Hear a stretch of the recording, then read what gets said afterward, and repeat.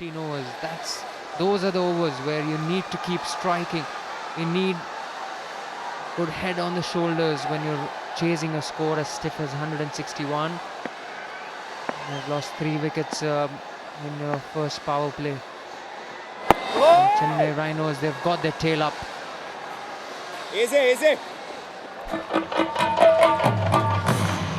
kind of temperament needed when you're chasing a score. You have to keep up the run rate, also make sure you don't lose too many wickets. So temperament is all that counts when you're chasing a run as stiff as 161.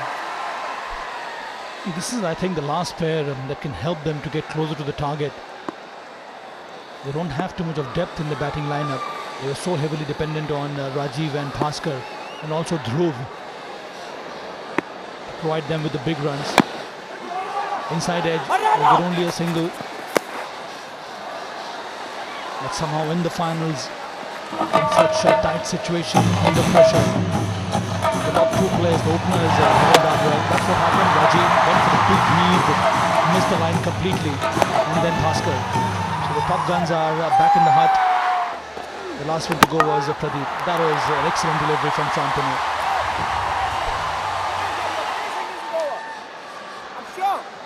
What has happened here, Saba, is that they've all these matches they've really relied heavily on Rajiv and Bhaskar.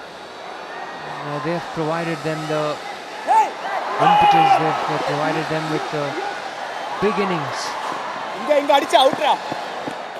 Suddenly, the middle order haven't played that much of a part. They've played a supporting role to Rajiv and Bhaskar right throughout the tournament till they reach the final. And suddenly, they find themselves in the finals without Rajiv and Bhaskar back in the pavilion. This is where their depth will count, the batting depth. And these two really put on a good show. Something quite similar to what happened to Royal Challengers Bangalore in IPL last season. It was Chris Gayle who did all the job for them the entire season.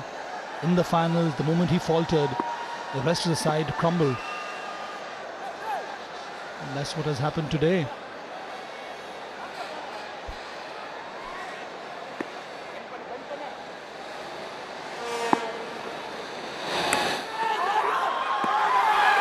They're going up with the appeal, and the umpire is not sure what is happening.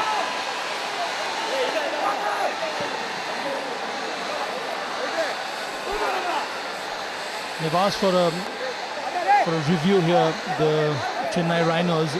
I'm not too sure. Was the umpire checking whether the ball was taken cleanly by the glove man or not? Or have they asked for a decision review?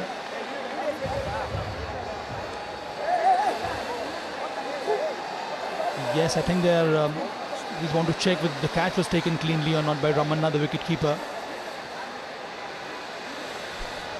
That tells you that there definitely was a nick. Oh, that's a good call from the umpire to go upstairs.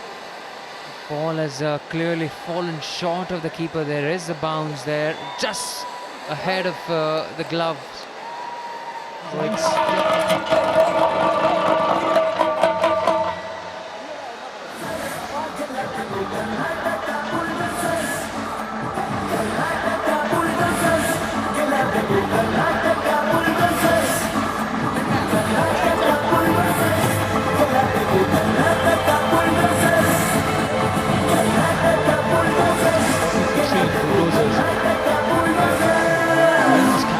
With activity there. There's so many supporters in the dugout. They're enjoying this. They're on top at this stage. Now what are they waiting for?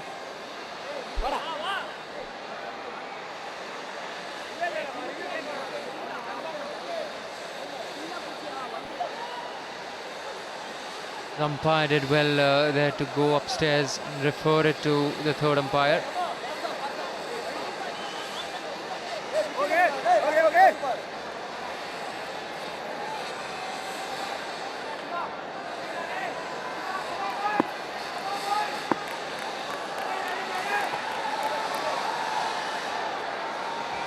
So back again with some action.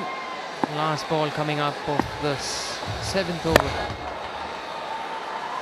Drives it nicely to long off. He misfields. They go for 2 runs. This is done twice in the over. After 7, it's 42 for 3. And after the break, there will be the voice of Rohan Gavaskar and Charu Sharma.